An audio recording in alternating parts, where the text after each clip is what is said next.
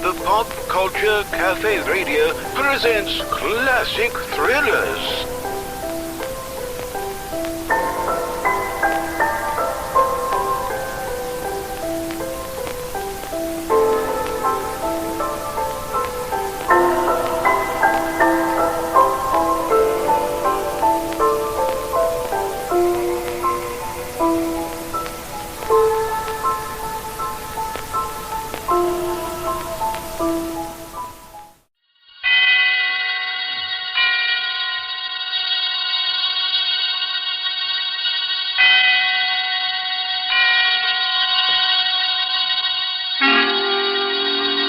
Suspense.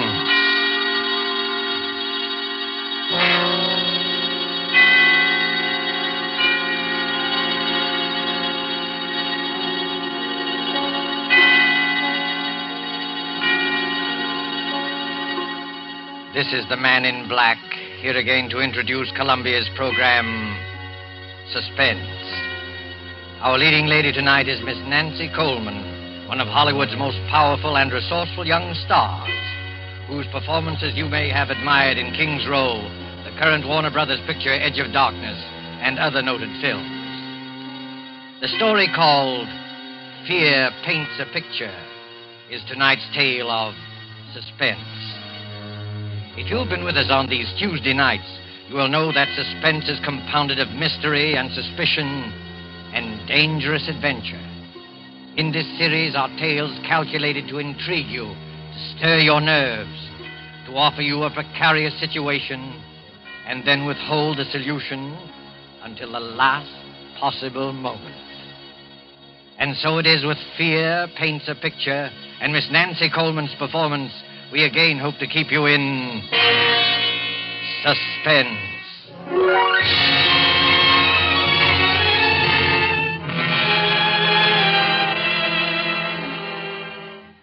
There is a picture hanging on a wall. You look at it casually. An extraordinary picture, you will say, skillfully done. Look at those fine brushstrokes, those superb colors. But isn't the subject matter a little bizarre? It is something more than just bizarre. But let us begin from the beginning with the death of Benjamin Powell, a rich and strange man. There were dark rumors about the Powells. His wife had died many years ago. No one knows how. But Benjamin Powell had a daughter, Julia, a high-strung and neurotic girl. And many of us wondered about her, too. Benjamin Powell died, and in his last will and testament, he made Julia heir to all his considerable fortune, except that... But let me read you the will. I, Benjamin Powell, being of sound mind and in full possession of all my faculties, hereby request that after my death, my daughter Julia live with Mr. Harvey Lyons, my lifelong friend, until her 23rd birthday, at which date all my worldly belongings will come into her possession, provided that nothing untoward happens to her by that time.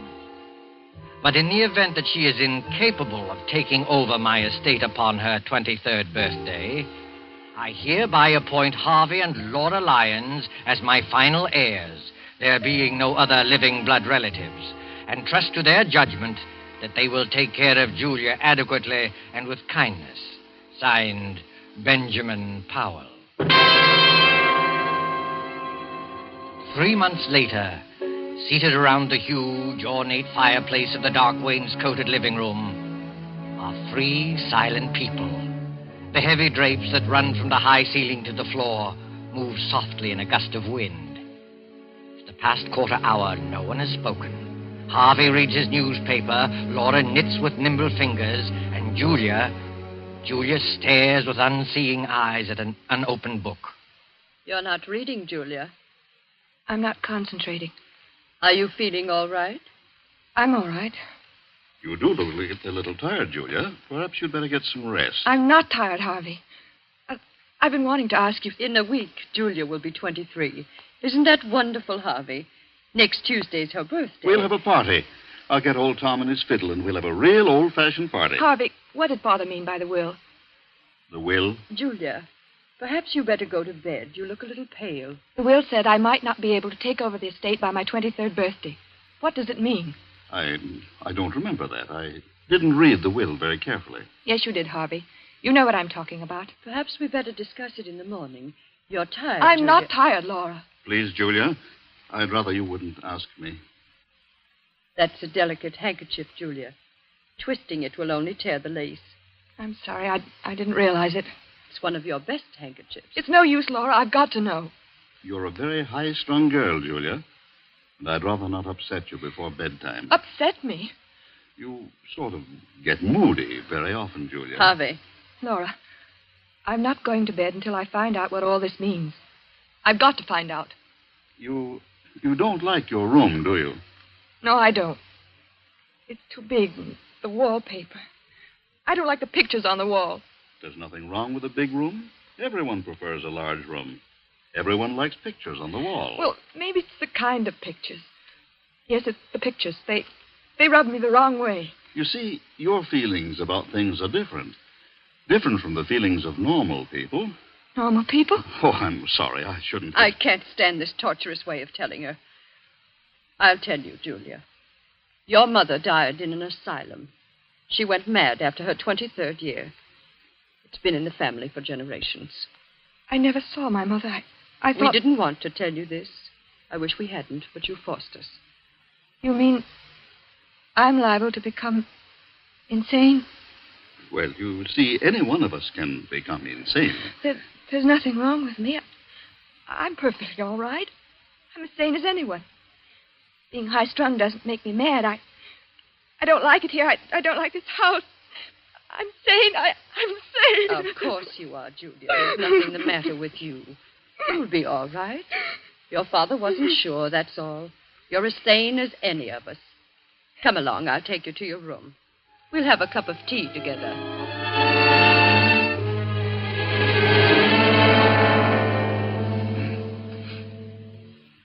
How is she, Laura? She's calmed down. Is she asleep? No, Harvey, she's reading. That must be Dr. Barrows. I'll open the door. Hello, Dr. Barrow. How do you do, Mr. Lyon? Come in, come in. Thank you. This is my wife, Laura. How do you do? I'm glad to meet you, Doctor. Let me take your things. The maid will have your room ready in a few minutes. That's very good of you. Here, sit down and make yourself comfortable. Thank you. Well, how's Julia? She's been very moody lately. Very moody. She seems so unhappy. I've tried to draw her out, but I haven't been much good at it. Is she still grieving over her father's death? No, it isn't that. I don't think she likes our house. She has some queer ideas about her room. And the wallpaper. She doesn't like that. She doesn't like the pictures on the wall, either. I've caught Julia several times staring into the mirror, looking at herself with hate. Mm-hmm. I've heard her talking to herself very often. That's nothing. All of us talk to ourselves once in a while. I don't know, Doctor. I don't think she's very stable. There are things that go on in her mind that she won't talk about. All of us keep things to ourselves, things we never talk about. Mr. Powell described Julia's case to me just before he died.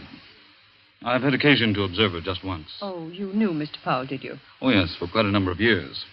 I treated his wife. Poor Mrs. Powell. She went mad. Started somewhat the same way as Julia. Oh, I wouldn't make that comparison. So far, there's no basis for any such theory. Well, then, let's say that Julia has strong dislikes. Took a hate to the pictures in her room. Pictures, eh? I'd like to go up and see her, if she's not asleep. Well, I guess it's all right. She's not asleep yet. Her room's the second from the right as you reach the top of the stairs. Thank you. I'll just stop in for a few minutes.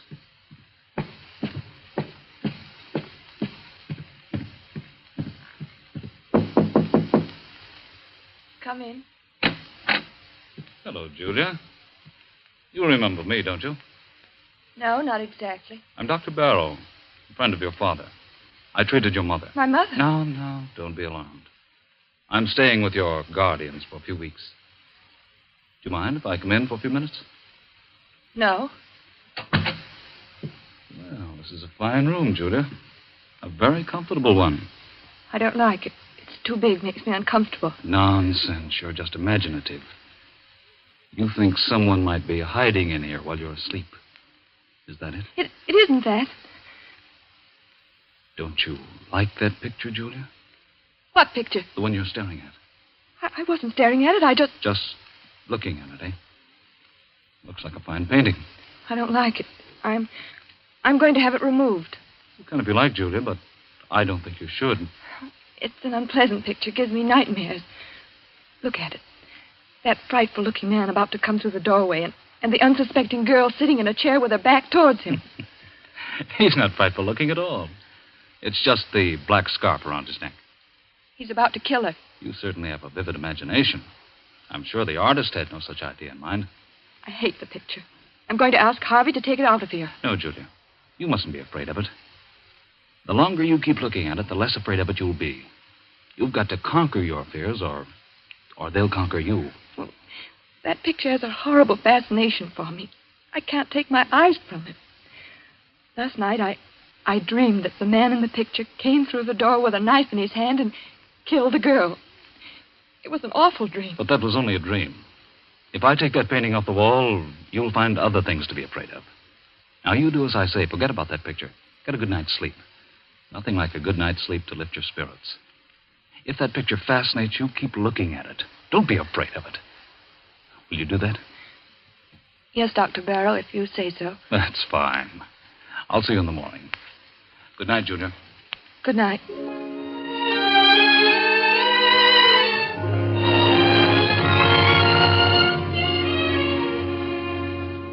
In this big rambling house of Harvey Lyons, midnight came and went. One by one, the lights went out, and soon the whole house was blackened by the cover of night. Not a single light gleamed from any window, the ominous rumble of an approaching thunderstorm. In Julia's room, the large room with its many pictures, she was dreaming again of the man in the picture. The figure with the flowing black scarf is alive, and his hands grow longer and longer. Julia tosses in her sleep, as if trying to avoid him, trying not to look at him.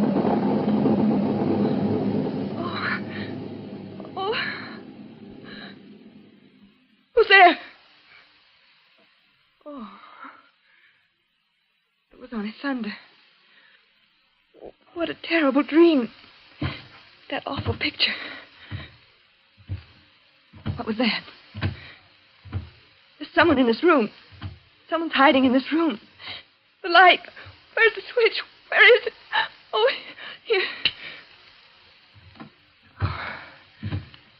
There's no one here. It's coming from the ceiling. From up above me. It's my imagination. There's nobody there at this hour. Nobody. I've got to go back to sleep. Dr. Barrow said I need sleep.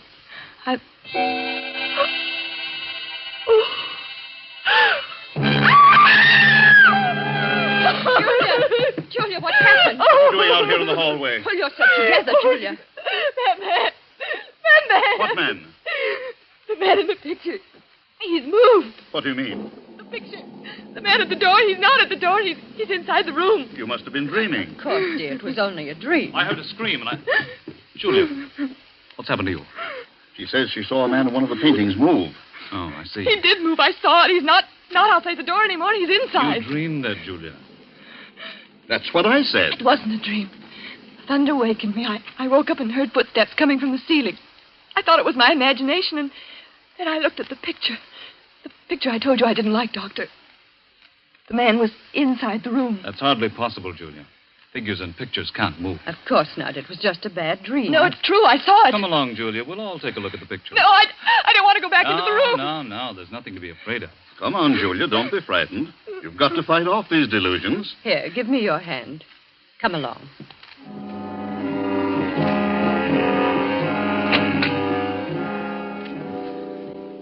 Well, now, what picture was it? The one near the bed.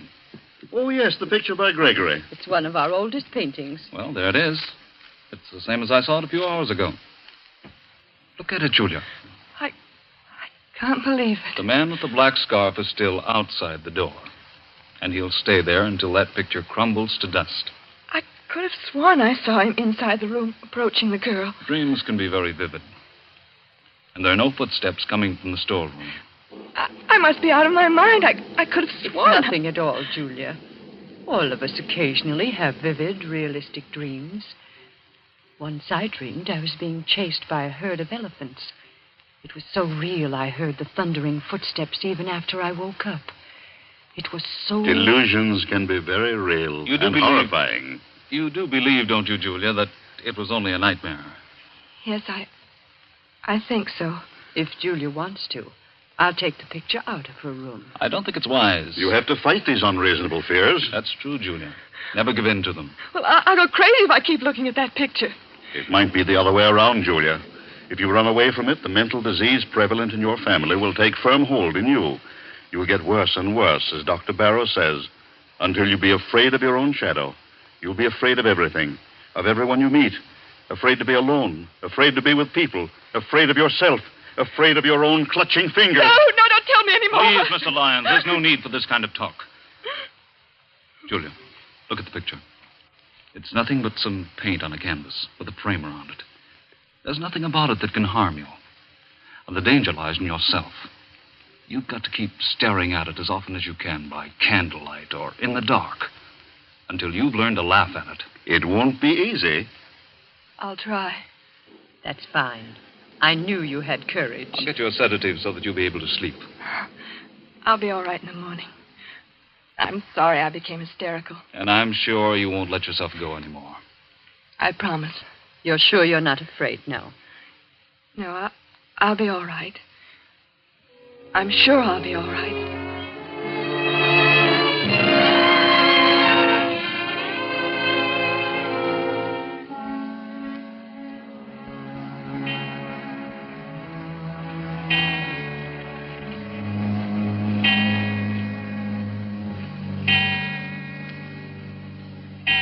Well, Julia, it's 11 o'clock.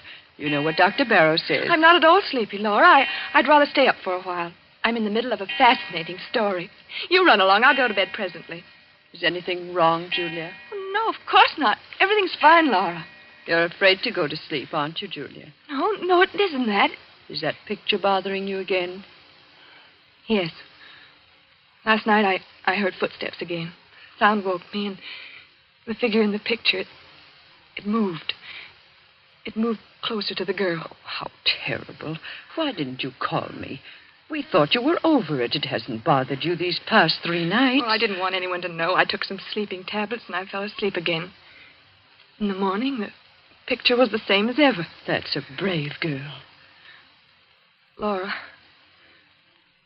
Laura, do you think I'm crazy? Of course not. You're as sane as I am. Tell me the truth. I must know. You're just nervous and high-strung, and you have a vivid imagination, that's all. You're trying to soothe me. Why didn't you tell the doctor that you thought the picture moved? I was ashamed. You shouldn't be ashamed. Dr. Barrow is here to help you get well. I don't think you are. Oh, that must be Harvey and Dr. Barrow now. Hello, Laura. I've arranged to have old Tom at his fiddle here tomorrow night for Julia's birthday, and I've invited the Grovers. They'll be delighted to come. That is, if Julia's feeling well. Julia, you should be in bed. It's after 11. She's afraid to go to sleep. Please, Laura. It's the footsteps in the picture again, isn't it? Yes, Doctor, it moved again. At least I thought it moved, but I went back to sleep. Well, that's an improvement. At least you didn't get hysterical and try to run away like the last time. But you were all right for a few nights. It's come back. There isn't much I can do for you, Julia, except to tell you to go to sleep. Fight off these delusions. You've got to do that. Come, Julia, I'll go with you to your room. Well, perhaps you can sleep in my room tonight, Laura. Just tonight. I'll feel a lot more comfortable tomorrow night. I'll be able to face it alone much better. No, Julia, that would be an admission of defeat. All right, if you think it's best. Good night. Good night, Julia. Well, keep up your courage. It doesn't look so good, does it, Doctor? Well, not too good, but it's not hopeless. She has an unstable mind subject to delusions, which become very real to her. Her obsession about the picture's not so bad. We all suffer occasionally from optical illusions. But hearing footsteps coming from the storeroom above her is... Storeroom? How did you know there's a storeroom above her? Your wife told me. Oh, of course. Well, that storeroom hasn't been opened in years. I guess there's no point in investigating it, is there? I don't think so. Those footsteps, like the moving figure in the painting, are all in her mind. Her mother behaved just like that before she went mad, didn't she? Well, there's some similarity. You haven't been to the storeroom recently, have you? No, I just mentioned to you that it hasn't been opened in years. Oh, yes, so you did. Forgive me for not listening more closely. That's perfectly all right, Doctor. Well, I just hope that Julia will be well for her birthday party tomorrow. Oh, I had no idea she was having a birthday. How old will Julia be? She'll be 23. Well, I must remember to get her a gift. Oh. Well, I guess I'll go to bed. So will I. I'll see you in the morning.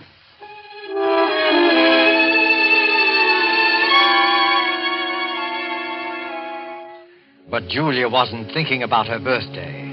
During the 10 or 15 minutes she spent in Laura's room, fear fluttered in her heart.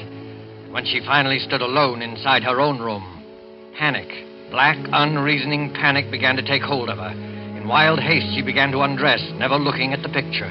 I won't look at it. I won't. I'll go right to sleep. I'll take some pills and fall asleep. What was that? Oh. It was nothing. Nothing at all. All I have to do is keep from looking at the picture. I won't look at it.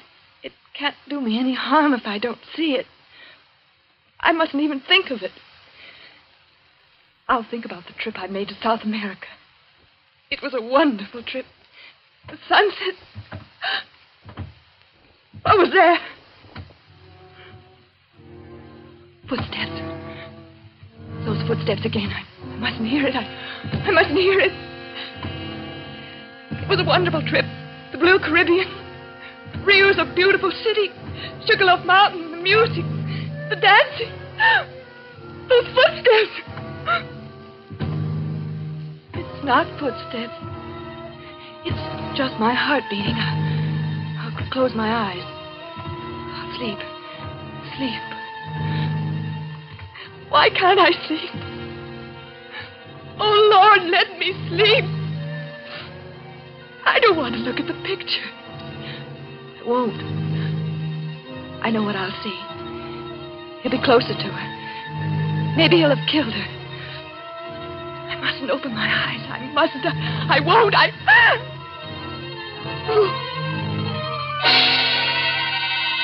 I've got to look at it.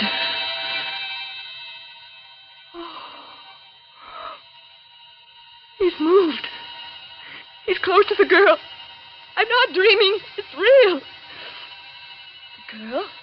It's me. That girl is me. Me. I can't stand it. I can't.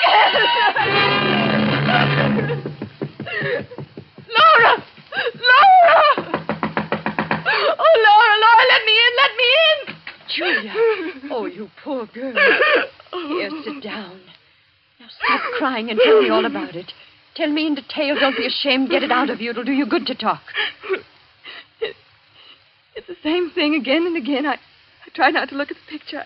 I tried so very hard, but it was hopeless. I had to. The figure with the black scarf was inside the room. A knife in his hand, very close to the girl. But this time the girl had turned around and it was my face. My face. Did you hear any footsteps? Yes. I heard them as soon as I got into the room. You think it's very real, don't you, Julia? Despite the fact that everyone says it's a delusion. It's very real to me. I must be really insane. I'm going crazy. Don't say that. Well, it's no use. I'm not getting any better. It's getting worse and worse. Don't give up. You mustn't. Come along. I'll go to your room with you. I'll stay there until you fall asleep. Unless you want to stay here. Oh, I don't know. I don't know what to do. Will you stay with me, Laura? Yes, Julia. Come, let's go back.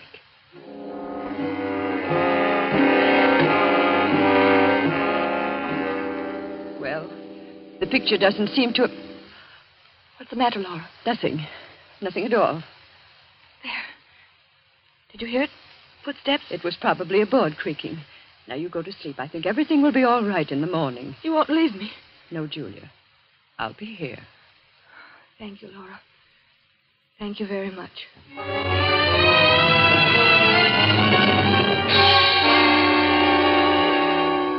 Laura stayed in Julia's room until she was sure that she was fast asleep. Then carefully she tiptoed out of the room, closing the door gently behind her. Julia slept peacefully, feeling safe and secure. Several hours passed, and then suddenly Julia awoke. She sat bolt upright and wide awake with her heart pounding away. Laura. Laura, is that you? Laura! Oh, she's gone. She's left me alone. But I'm not alone. Something woke me. The picture. It's the picture. I must look at it again. If he's moved again, I don't know what I'll do. I'll turn around and look straight at it. I'll look straight at it. Oh! He's killed the girl. He stabbed her. He stabbed me. I'm the girl. Oh, I got to get out.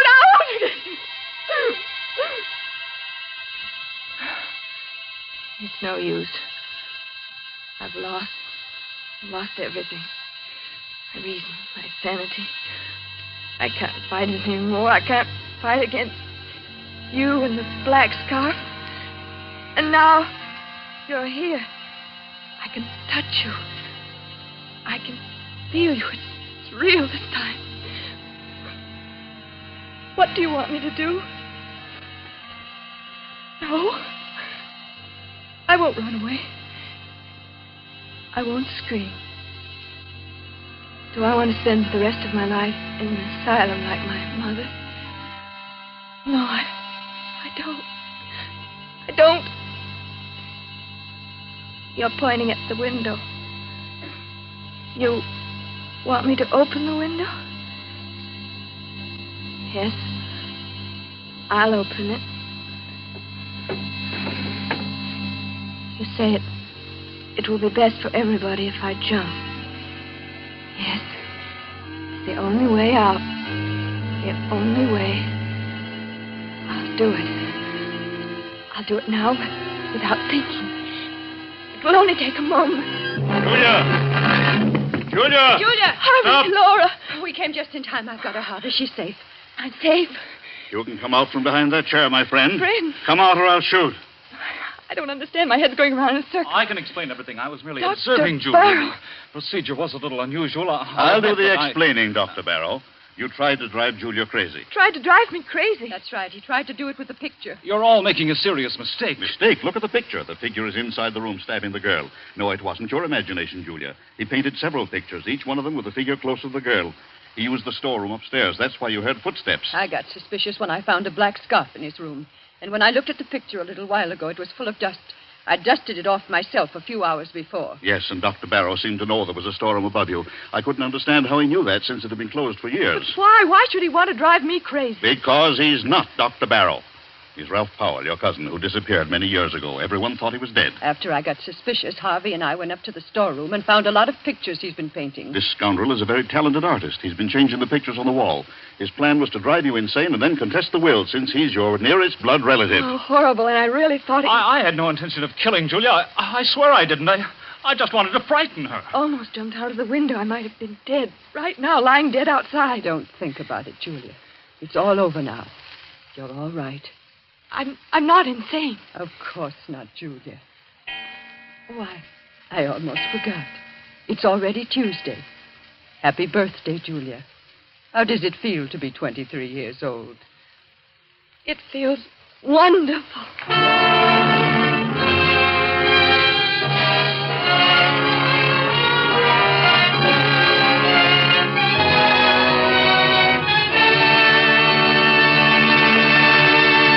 And so closes Fear Paints a Picture, starring Nancy Coleman. Tonight's tale of Suspense.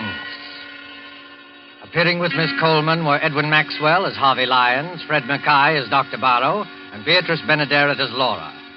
This is your narrator, the Man in Black, who conveys to you Columbia's invitation to spend this half hour in suspense with us again next Tuesday, when our star will be Mr. Peter Lorre in the suspense play called The Moment of Darkness. William Spear, the producer, Ted Bliss, the director, Lucien Marowick, the composer, Lat Gluskin, the musical director, and Sigmund Miller, the author, collaborated on tonight's Suspense. This is the Columbia Broadcasting System.